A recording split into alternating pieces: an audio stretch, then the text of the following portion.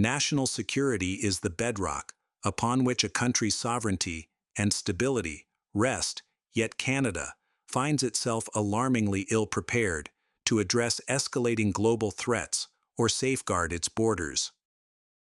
Decades of neglect and underfunding have left the Canadian Armed Forces, CAF, in disarray, compromising our national security and diminishing Canada's global standing.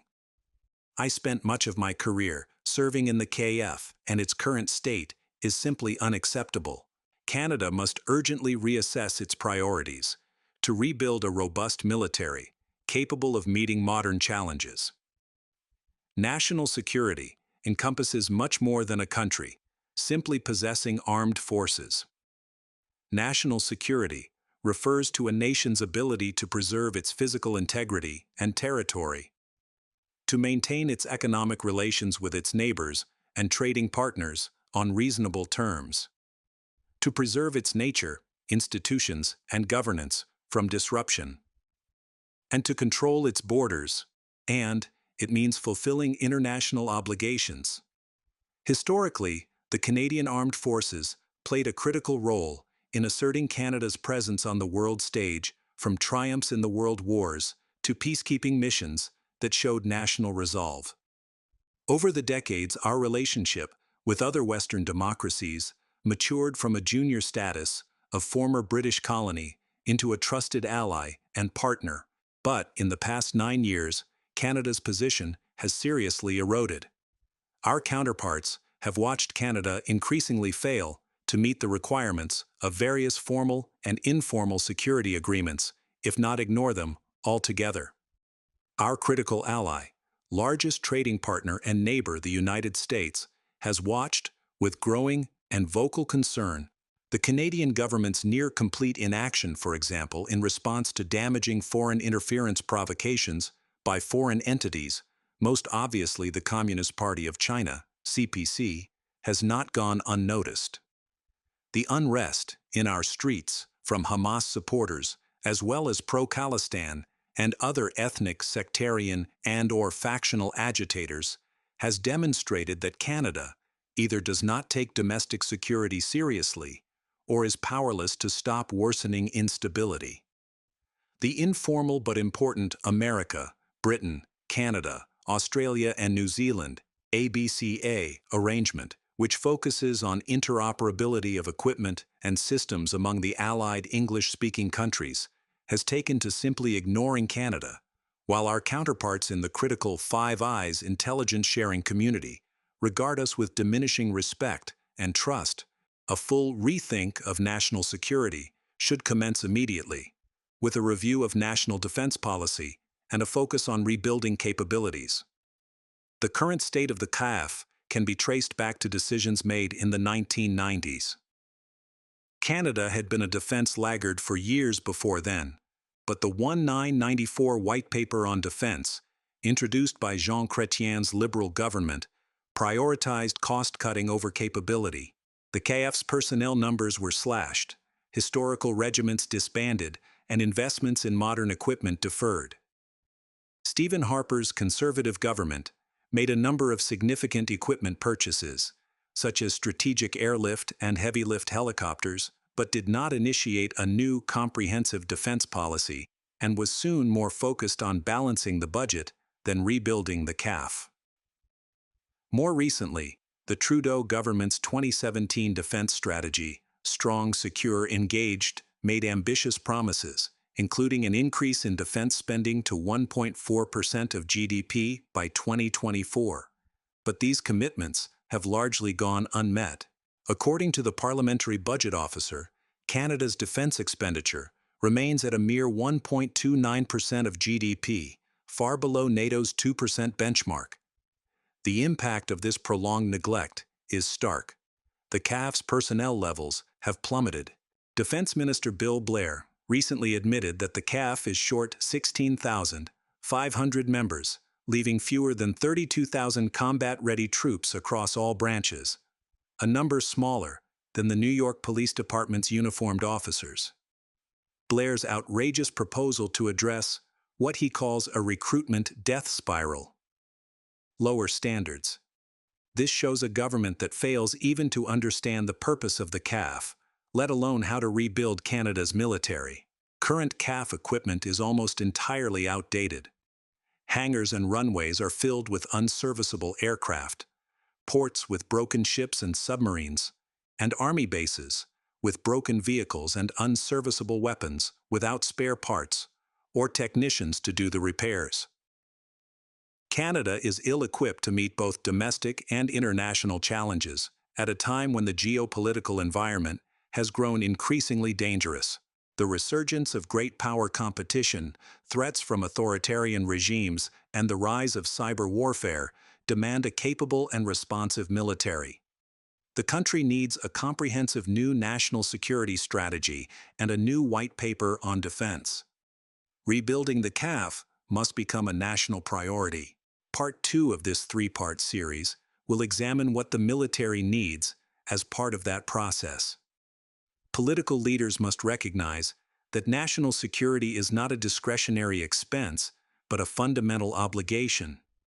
Citizens, too, must understand the critical role of a strong military in preserving their rights and freedoms. It is only through collective resolve that Canada can restore its military to a state befitting its history and aspirations, and the needs of our current, precarious moment. What the Canadian Armed Forces needs to rebuild. For a time in the 2010s, it looked like Justin Trudeau's Liberal government was committed to investing in the Canadian Armed Forces, CAF. In 2017, as part of a major foreign policy statement, then Defense Minister Harjit Sajjan announced a new defense policy: strong, secure, engaged. Canada was to be strong at home, secure in North America, and engaged in the world. The government promised to increase spending on defense from a paltry 1% of GDP to 1.4% by 2024, to buy advanced fighter jets and build surface frigates, and to grow the regular forces to 71,500 troops. While most of this sounded good, none of this lofty rhetoric was achieved. Current Defense Minister Bill Blair has admitted the KF is short some 16,500 troops, and the Parliamentary Budget Office puts spending at just 1.29% of GDP, far below our NATO commitment of 2%.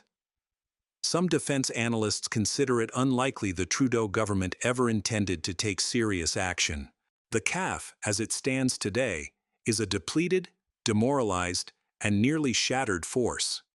The neglect and deterioration, which I explored in Part 1 of this series, is unforgivable. But it's not irreversible. How should Canada begin to rebuild the CAF? A military is defined, in simplest terms, by 5 factors. The first step must be to define the CAF's purpose. In my opinion, the purpose of the military must be apolitical, long-term, and incorporate broad-based capabilities that serve Canada's national interests. Political whims, media frenzies, or short-term missions must not shape the CAF's purpose.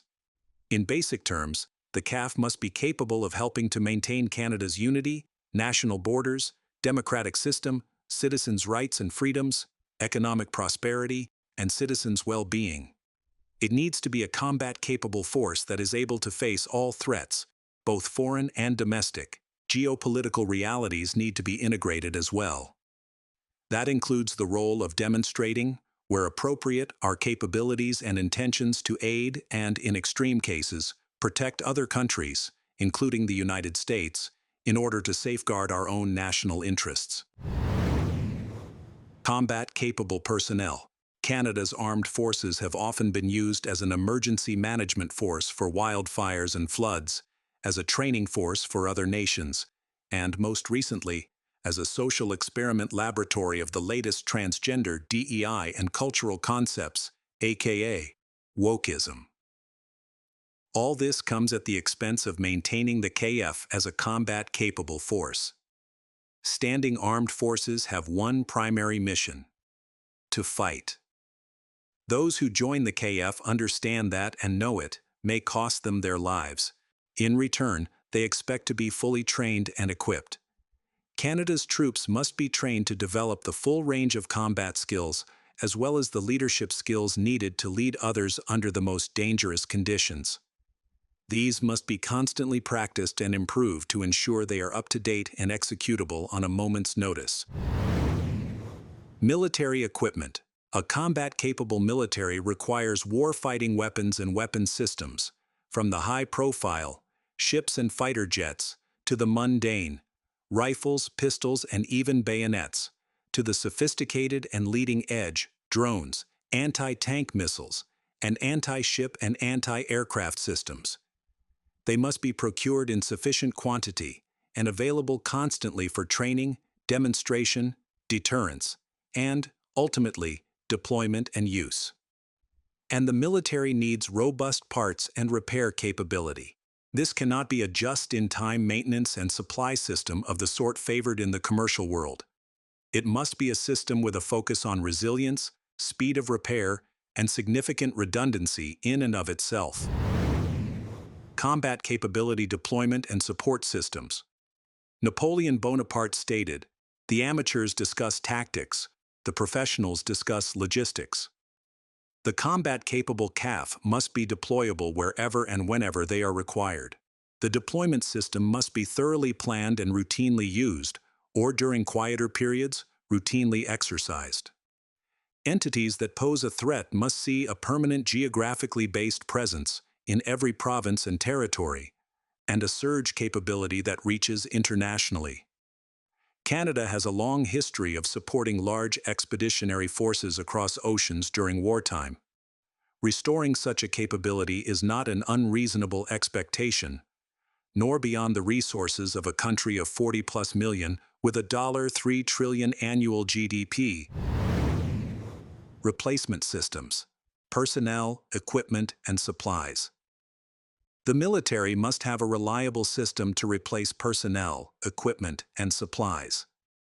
For personnel, that means a recruitment system driven by a need to find those best prepared to meet the combat-related needs of the CAF, who can be trained in the shortest realistic time frame, and who will most likely make a career in the CAF.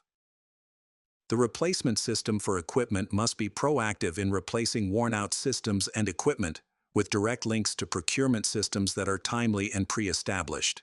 It should be based on the CAF's requirements rather than politics. This is, admittedly, much easier said than done. Part 3 of this series will set the pathway to rebuild our armed forces. Canadians have rallied behind their military when its purpose was clear and its values aligned with national pride. The Highway of Heroes is a powerful reminder of the respect and gratitude Canadians hold for their armed forces when they embody the best of the nation. With bold action, sustained investment, and collective resolve, Canada can reclaim its place as a reliable ally and a defender of democratic values.